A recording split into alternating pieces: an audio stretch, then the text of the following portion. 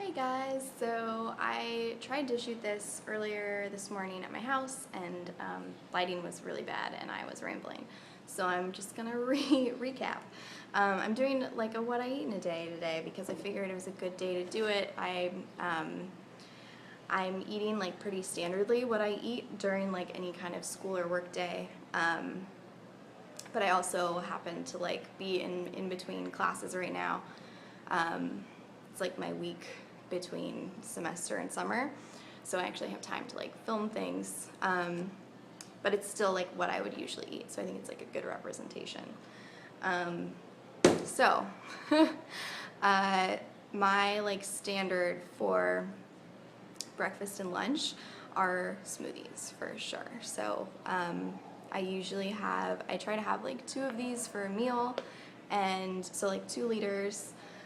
And so I usually just like when I wake up, I have kind of a small blender, so I end up making like 3 blenders full of whatever fruit combination I'm making, and bring that to campus with me, and drink those throughout like the hours of like, I don't know, 10 and 4 or later sometimes, and that's like my breakfast and lunch. So that's like 4 liters. It's usually of some kind of banana based situation.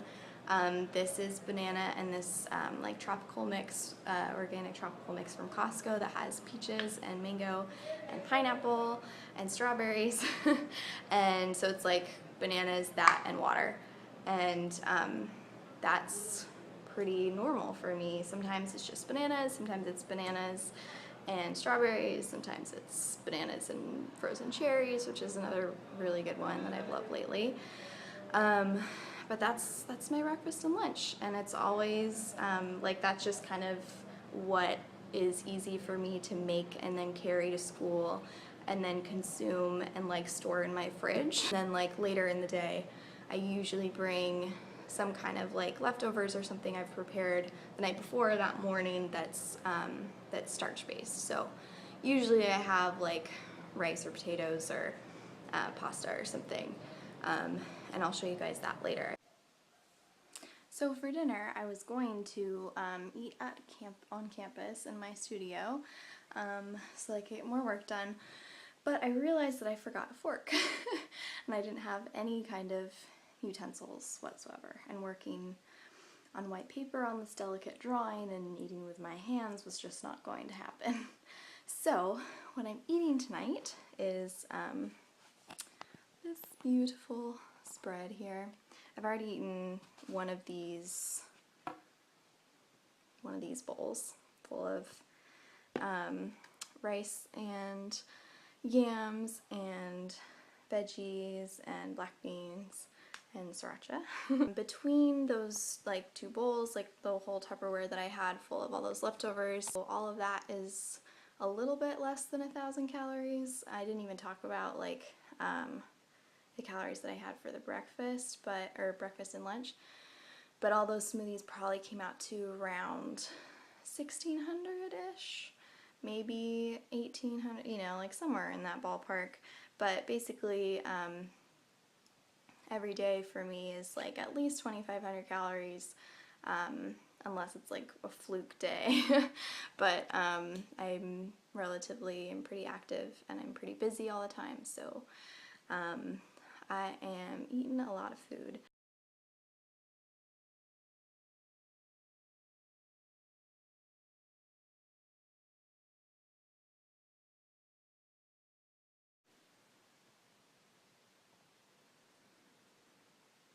Never, ever, ever restrict your calories. If you feel like you might be hungry or you kind of want some food, eat it. Like, that is basically the difference between success and failure in recovery and in high carb veganism is don't question your desire for food. Your desire for food is there for a reason, and as long as you aren't eating junk, if you're eating high carb plant foods, just eat. And I don't even mean like perfectly high carb plant foods all the time. Like, I eat some junk. I definitely eat vegan junk food from time to time. I am like far from being, you know, like strictly low fat or strictly salt free or strictly whole foods, and you know, I'm 10 pounds down from my highest weight during recovery, so you know, your healing doesn't need to be quick, and your results don't need to be quick. You just need to be consistent and never let yourself go hungry, ever. Never.